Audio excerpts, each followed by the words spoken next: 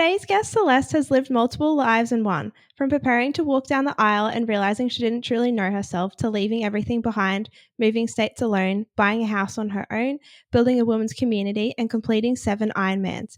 Her story is about unraveling the life she thought she should live so she could step into who she really is. Celeste, welcome to Tumble Upward. Thanks for having me. I'm excited to be here. Yeah, let's dive straight into it. So, the life you were building was when you were engaged to get married and walk down the aisle, right? Exactly. Could you walk me through sort of what happened and what made you change your mind and the realization and the day itself? Yeah. So, we live these lives that we think are getting us to the place that we want to be, right? And so we've picked the man and the house and the things in our lives that we do that we think make us whole. And for the longest time, I thought that I knew who I was, and I thought that all of the things in my life made me Celeste. But then 2 weeks before my wedding, I was at a conference and one of my colleagues came up to me and they're like, "Can I ask you a question?" And I'm like, "Yeah, sure," thinking it was, "What did you have for lunch?" or something dumb like that. And he goes, "Have you ever truly felt seen?" And I just kind of looked at Oh, him and then I started to cry. And he goes, "Oh my gosh, are you okay?" And I'm like, "No, I'm not okay. I don't know who I am. And I don't know that I should get married." that's such a deep question. Yeah, right? Like, has anybody ever asked you that question before? No, like I don't even think my close friends have asked me that, so let alone like did you know the person well? No. Like, I had met him a couple times at this conference, and yeah. Yeah. Wow. So it's just kind of a strange yeah, it was a strange question to be asked in the first place, Yeah. right? But then to have it rattle you so much. Yeah, I bet you weren't expecting that reaction, like Absolutely yourself. not. And then yeah, and then to start crying and be like, "Well, wait, no, I've never actually looked in a mirror and seen myself before." So, Yeah. What yeah. did you say to him? Did you, like, talk through any of it? Yeah, we talked for, like, 2 hours after that. Wow. Um, and, like, I recognized that a lot of the friendships that I had had during that time period too were very plastic because during that time period it was after COVID, so it was 2023, and for 3 years I had been doing triathlon, and every single day, like clockwork, "Okay, you gotta go run, or you gotta go swim, or you gotta go bike," and that was just the lifestyle. So the people that were in my life knew what my training schedule was. They didn't know anything deeper about who I was or what I liked. Mm, yeah. What was going through your mind when you were talking to him? Can you sort of debrief some of the things that you brought up with him? Yeah, so I kept thinking about the friends that I had in my life at that time, or people that I considered friends, and how much I felt like I was at arm's length with all of them. And I don't know if it was me holding them at arm's length or if it was them holding me at arm's length, but I'm guessing because I didn't know myself so deeply that I couldn't express to them anything other than surface level conversation. Well, what do you know about yourself? What do you want to do? Like, are you going to walk down the aisle?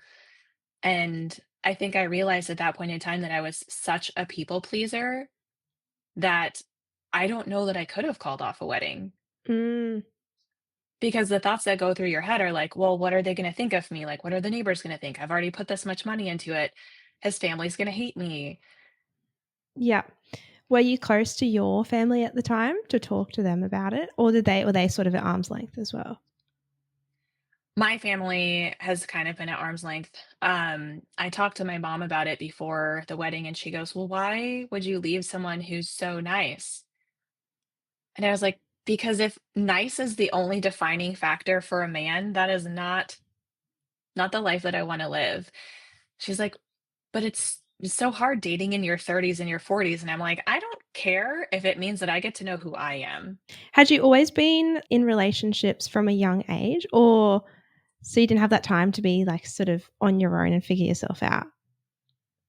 You know, it's really funny, my mom always used to tell me after I would break up with a boy because there'd always be someone lined up afterwards, like, you get tired of someone or something happens and you're like, "Okay, well, I gotta find the next one so I'm not alone." Mm, Because I grew up with Disney movies, right? And what you're told basically is that A guy is gonna come knock on your door, they're gonna come find you laying in the woods asleep, and they're gonna kiss you, and then your entire world is gonna open up, and you're gonna ride off into the sunset, and it's gonna be great. Mm. And yeah, so my mom always used to tell me, Celeste, you need to take like a year off in between boyfriends to just settle in, figure out if these things are still you. And I was like, yeah, yeah, it's fine. So she said the same thing to me when I wound up walking away from the altar. And I was like, no, like I want somebody in my life. Like I want to have that person. But it became even more clear to me that because I didn't know who I was and I was still like doing the things in my life that were still tied to that person, Yep. triathlon, running, whatever, right? That I didn't allow myself until I really started getting curious about why these things were in my life in the first place, that it really started opening doors. Did you feel like you tied your happiness to like having a partner? Absolutely. Mm. Yeah. Because it was so hard for me to sit on the couch at the end of the day by myself, just with my own thoughts. Yeah. I always had to have some kind of distraction, whether it was TV or scrolling on my phone or a glass of wine or something, just to numb that empty feeling. Yeah. And distract yourself. Yeah. I think it's very, important to be happy as an individual in your own self and find someone who's the same. And then you come together and like share those parts of your life, but you're not self reliant on that other person. That's so true. But until you've actually had those moments and they feel safe, they feel so foreign that you don't want them. You almost have to get forced into it. Yeah. Yeah. So, what happened on the wedding day? How did it run? Okay. So the hair and makeup. Okay. So obviously I went for a run, a 6 mile run before. Wow. Just to clear your head. Because yeah, well, yeah. Because I had another race coming up after the wedding. And then the makeup artist came and my two bridesmaids came over and started on the champagne way too early, got all made up, and then everyone showed up and I was still feeling uneasy about it. Like I didn't know that I wanted to do it, and so I had too much to drink. I Was that I sort of your remember the coping? day. Yeah, it was to put a haze on the day a little bit so I didn't feel it so deeply because I felt wrong. It felt wrong and it didn't feel like, the day that every little girl dreams of, Mhm. right? The people that were there, to help us run the wedding the day, like, it went smoothly, walked down the aisle, made it through dinner, um, did some dancing, only tripped once, and then everybody kind of left for the evening, and it's all still a little bit blurry in my head, except, like, the bridesmaids and the groomsmen stayed for a little while, and we chit-chatted, and we finished the food and more whiskey. And then when everyone went to bed, I went into the bathroom, took off my dress, and hopped into the shower. I don't remember turning the water on. I just remember like needing to get away from people. And I don't know how long I was standing in the shower before I was on the floor, just in tears, having this massive panic attack. Wow. And he walked in and he's like, "Are you okay? Like, can I do anything?" But I couldn't even hear him because the thoughts in my head were so loud of like, "What did I just do? What do you want? Like, who are you? And this cannot be the life that you're going to wind up living for the rest of your life." Yeah. Had you ever had a panic attack before? Was this the first time? I've had panic attacks before, but this one was just like blown up out of proportion, like, especially with the amount of makeup that was all over, just like on the walls, on my face. Oh my gosh. Yep.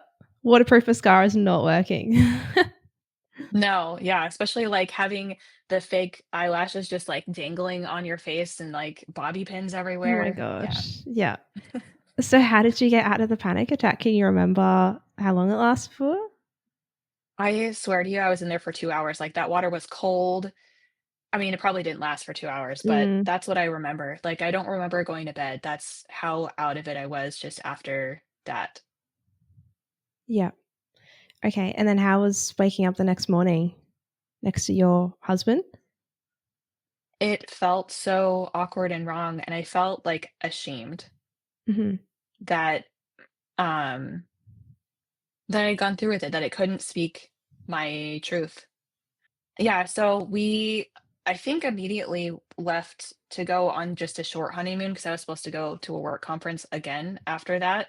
So we went away for a couple days and it just felt like an out of body experience. I think he knew that, like, we obviously cared about each other. We were really good friends, but it didn't feel like anything more romantic than that or understanding. Like, I didn't feel entirely seen because we never ever talked about things deeply enough.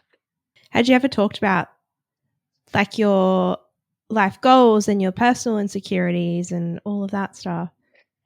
It seems ridiculous to me now thinking about the things that we didn't talk about. But no, we never talked about what our future looked like or how we're going to save money or like traveling or things like that. It was literally just triathlon, and that's all we did. Did he do triathlons as well? Yeah. Okay. So you sort of had that shared like bonding activity together, I guess. But that Yeah. was like the main thing. Yeah. That's all we talked about. Eat, sleep, breathe, triathlon. How long had you known him prior to the wedding? 3 years. Okay. So did you two sort of come to a mutual agreement or did you have to like talk to him about breaking it off? I had to explain to him that I didn't know who I was. And he just kept saying, like, I will go to therapy, I will do all of these things to change. Mm. Sorry. And he thought it was him, but it had nothing really to do with him. It had everything to do with me. Yeah. Definitely it's not you, it's me. Like Yeah, legit the whole cliche. scenario. Yeah. Yep. And the Yeah. funny thing is, after I told him all of this, even after I moved, I got love bombed for a year, Wow. basically telling me like, "You're amazing, you're still the one for me." And I'm like, "If you knew the person that I was now, you would not even recognize me. I'm not the same. That person has died." Mm, Yeah. yeah. That's really sad. That's really rough. I feel bad. Yeah. Like, Yeah. I feel like I did something wrong. But at the same time, you had to do that for yourself. I would never not do it the same way. Yeah. So, I mean, knowing what I know now and like being able to set boundaries and things, I probably would have, if I got asked the question, "Have you ever felt seen?" I would have immediately gone home and been like, "We're not getting married. I'm moving out." I stayed living with him for 3 months after the wedding until I could figure out what I was doing, which made it very awkward. Yeah, for sure. How has like dating relationships been for you since then? It's been interesting. I live in a smaller town now, so the pickings are a little bit more slim. Yeah. Um, But it's made me learn a lot about myself and being able to set boundaries because there was that part of me that still is, okay, I need somebody in my life. And it's gone from a need to a want Mhm. because when I go on a date, sometimes I'm like, man, I'd much rather be at the gym right now or just like on my couch by myself rather Yeah. than with you. But it honestly makes me recognize how happy I am being by myself and that Mm, there is no one that I would much rather spend my time with that I've met so far other than me. yeah. Yeah. Which when you do meet the right person, I think will make such a happier, like healthier relationship. I'm really curious to see when that day happens, if it's somebody that I've met online or if it is just this ridiculous organic meeting. Because how I met the last guy, the fiance, was I was at the pool. This is kind of funny. I was at the pool on a Friday night going for my regular Ironman swim. And this guy comes in and he sits down next to me and he goes, "Hey, so which lanes are open?" And then he wound up talking to me the entire night, and I was like, "Okay, this guy is cute, and he's gonna ask me for my number," and he never did. Yeah. And so when I left, I wrote my phone number on the back of my workout and put it in a swim bag, and then I I went home. Oh my gosh, that's so bold. Oh, and he texted you from there. Mhm. Yeah. Yeah. Yeah. I really like connection, like organic connections like that. But I feel like with online dating these days, it's just so hard to meet people because like everyone, like they say, like no one will come up to you in the street anymore. No one will like approach you. And like that we feel more connected online, but in person, everyone's, I think, like super shy. They want to do it behind like a wall of their phone. That is so true, and that's kind of why I created those women's circles, Mm, because you don't recognize that everybody else is a human being and probably going through the same problems that you are going through or have gone through in the past. And so if you can find a way to connect or even make their day brighter, like how often are you standing in the line at a coffee shop and everyone's just standing there staring at their phones for sure. Yeah. when you could just like be like, "Oh my gosh, your scarf is amazing. Like, where did you get that?" Or something that's just going to brighten someone else's day. Yeah. And they're all seeking for it and wanting it too. But Yeah. no one is just like bold enough to do it, I guess. Like, even like walking down the street, like if you walk past, I know myself. And if I say like good morning or someone else says like good morning, like I walk off feeling like, oh, like that was nice. Exactly. And so that's why I'm hoping in the future that my future husband or whoever is going to be organic because that meeting is one, going to be fun. And two, I feel like it's going to actually feel like home. Mm, Like you are so grounded in yourself and you know who you are. And when that energy from somebody else that's very similar crosses your path, it is going to be matched. And then it's just going to feel like you've arrived. yeah. And I feel like relationships should feel like comfortable and easy and not like these drama, like sparks and all that and fighting. Like I feel like that's very toxic and that's how the movies portray it. But I feel like if it's the right person, it should feel like home.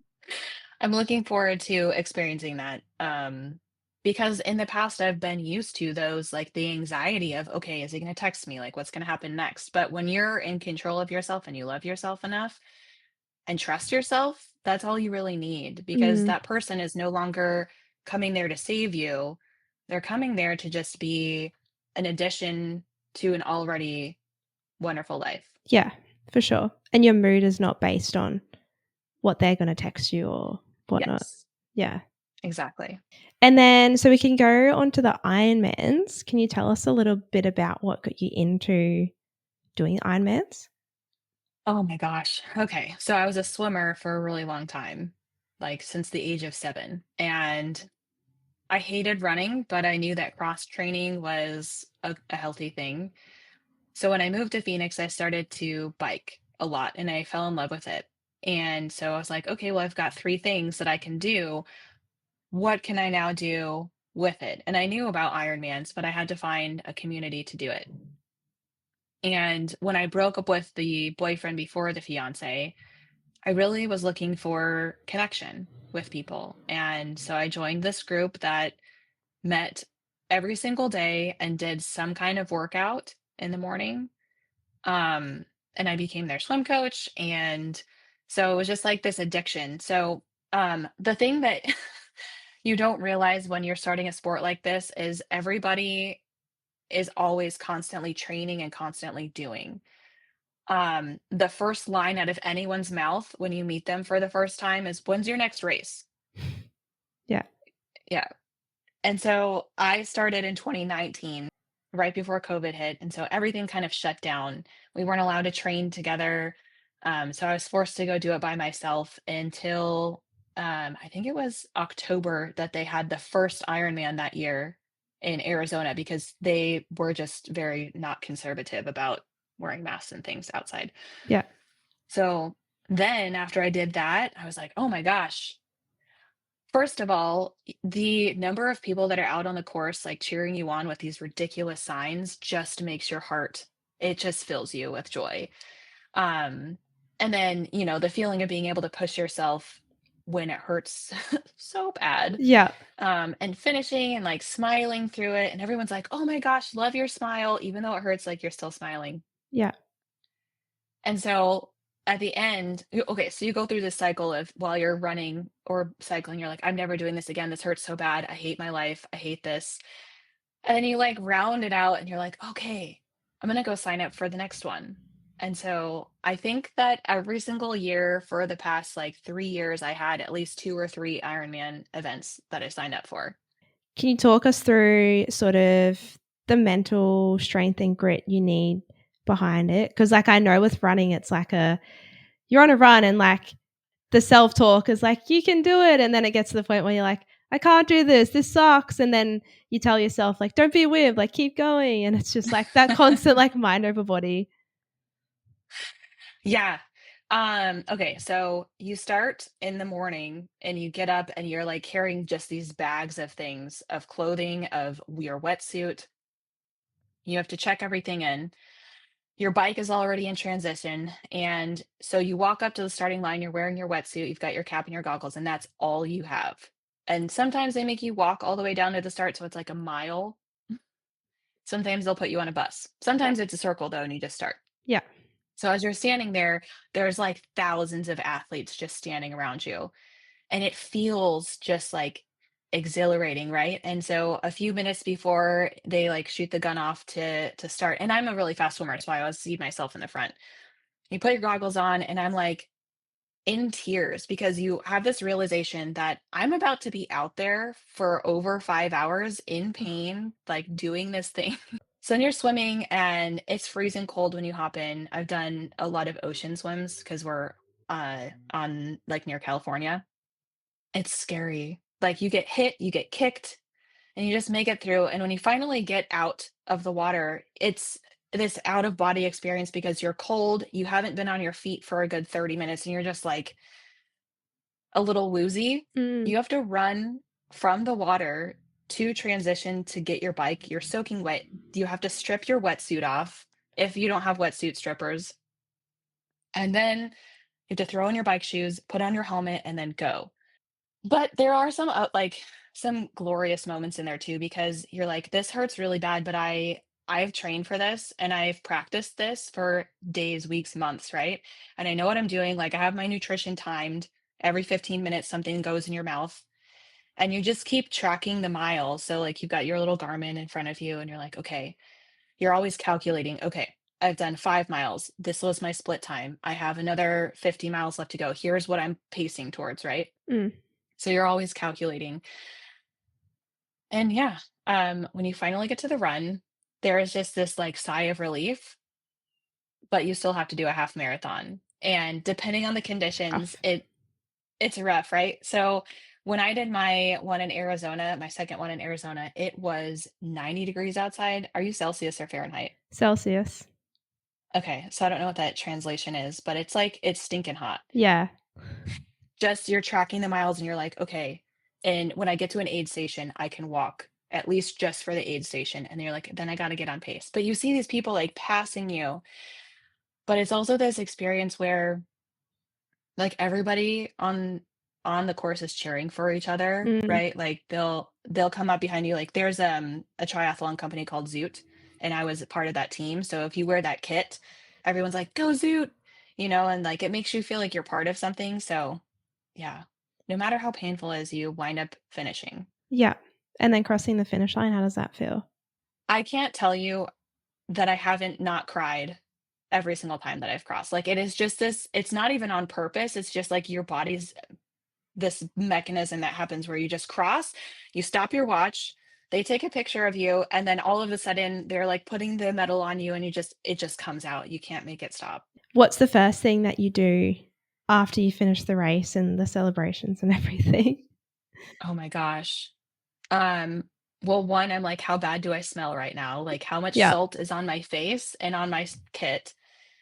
And then two, it's like, can you hand me all of the bottles of water? Because I'm so dehydrated from racing. And then yeah, like like I'm then dreaming about the food that I'm about to eat because Yeah. it's like 6,000 calories that I've burned that day. Yeah. So I'm like, okay, a burger, a beer, like I don't know, Yeah. donut. Yeah. It's definitely like the big meal, like once, because I like with running, it's like once you finish the run, it's like, oh my gosh, like I'm keen for a big feed. Yes. And then you transitioned to a full. Was that the last Ironman that you did? It was probably like the fourth or fifth one that I did. Okay. So for the full Ironman, how long is the swim, bike, and run? A full is a 2.4-mile swim. Yeah. So it's a 4,000-yard swim, meter swim, 112-mile bike ride, and then a full marathon, 26.2 miles. which I think for us is like 42 kilometers. Yeah. Yeah. Wow, that's hectic. It's stupid. I think it took me like 14 hours to finish. 14 hours. 14 hours to finish. So was some of it in the dark?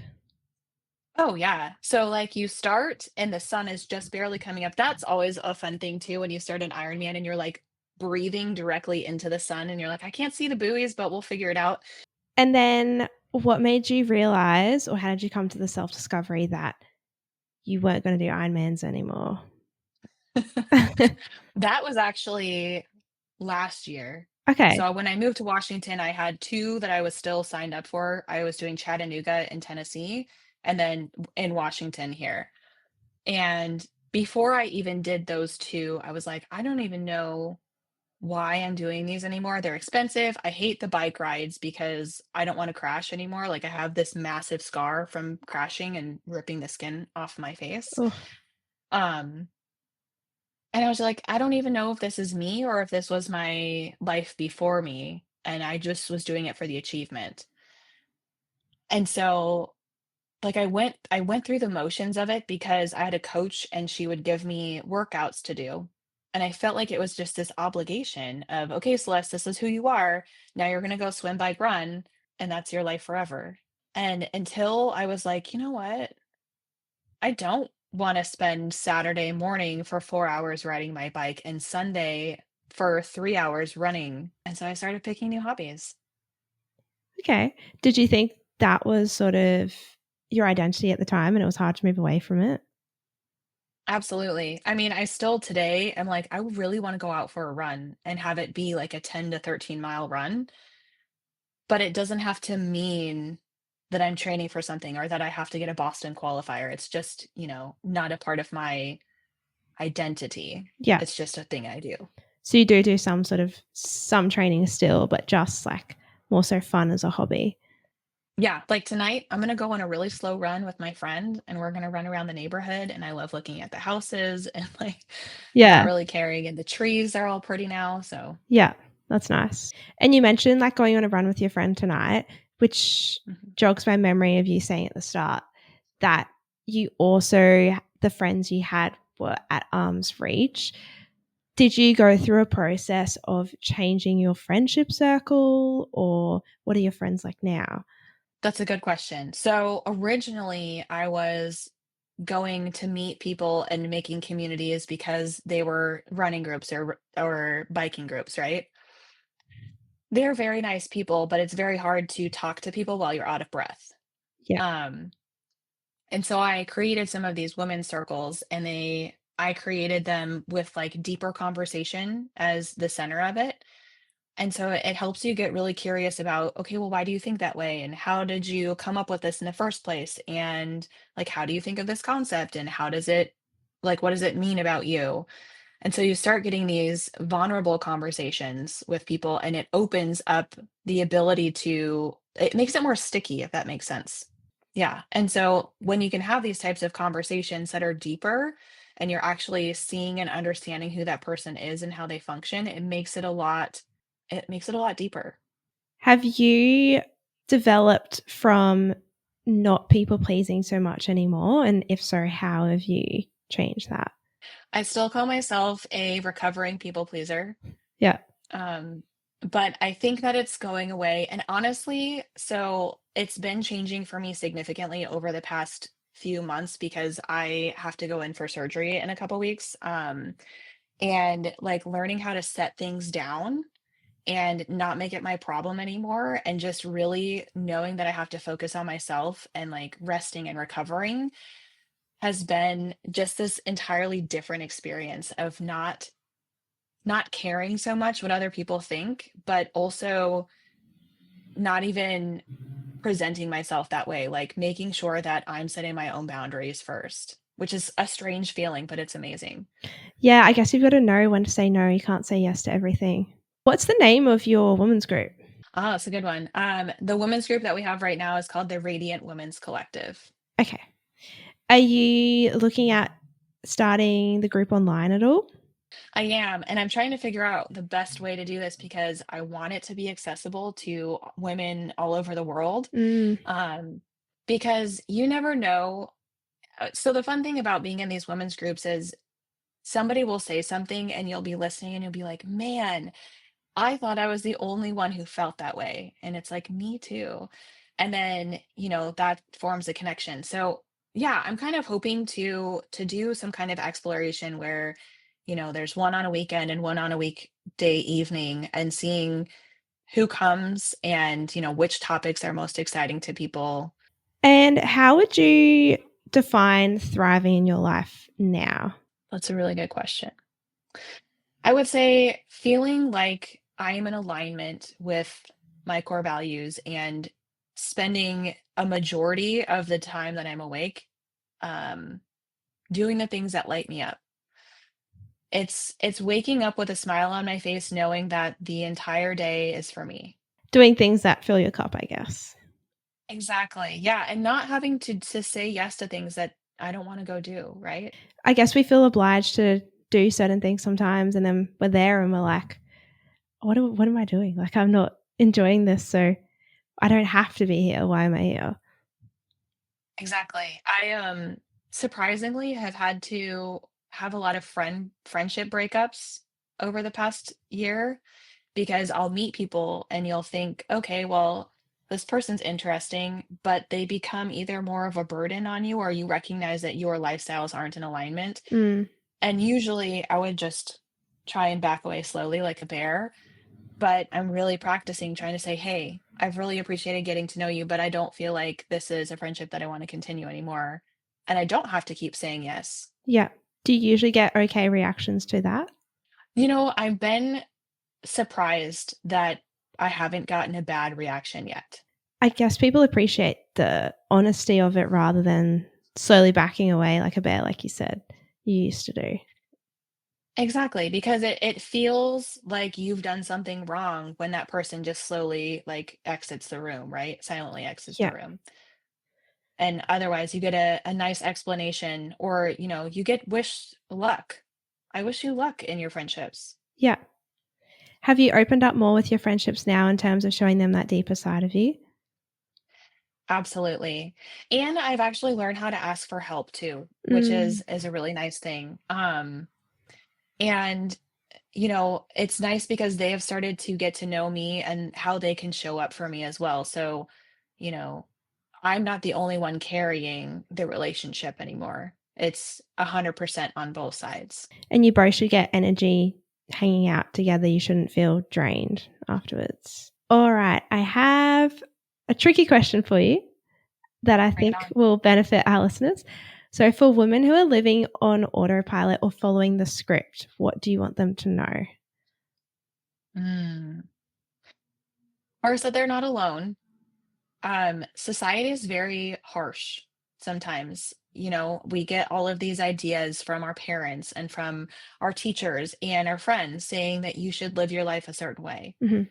And um, I think the first step is to get curious about who you are and know that you have worth inherently and that no one is like you and you don't need to be a repeat of someone else or anyone else's expectations and that there is life to be lived on the other side of it. Yeah, that's really nice. That's a good summary. I feel like as well that just because your parents or your friends tell you advice on what path you should take or what they think you should do doesn't mean it's correct. You don't have to do society's norms of get married and then buy a house and then have kids, and it doesn't have to flow that way if you don't want it to flow that way. Exactly. Yeah, it's all just information, Yeah. but you get to decide what is actually valid and true to you. And your life does not have to look like anyone else's. All right. So before we finish, I always close with what I call the final upward questions. Two questions I ask every guest to leave us with a little wisdom and a little light. So the first question, if you could go back and give yourself one sentence of advice at your lowest point, what would it be? I love you. I never looked okay, so there was a point in time where I always wondered, why does nobody love me? Why am I alone? but I never once asked myself, do I love me? Mm, Yeah, that's a really good one. Short and sweet. I mean, if you don't love yourself, how can you expect someone else to love you? exactly. Amazing. Love that. And looking back on your journey now, is there anything you can smile or laugh about? Yeah, I mean, I thought that I was alone, and I thought that it was the end of the world, that somebody wasn't there saving me. And to to have to be the one that said yes to myself the day that I said yes to someone else, but then ultimately had to turn it around, it just makes me laugh a little bit that I thought that I had to be saved Yeah. and that I was in front of myself the whole time. Yeah. Only you can take the action. Exactly. Well, thanks so much for joining today. I really enjoyed the chat. Absolutely, me too. Thank you. Hi, everyone. I just wanted to say if you or anyone you know has a story to share, please reach out so that I can keep bringing you stories from our community. Let's get as many voices heard as possible. And if you enjoyed this episode, please remember to like, subscribe, review, and follow. Thanks, everyone.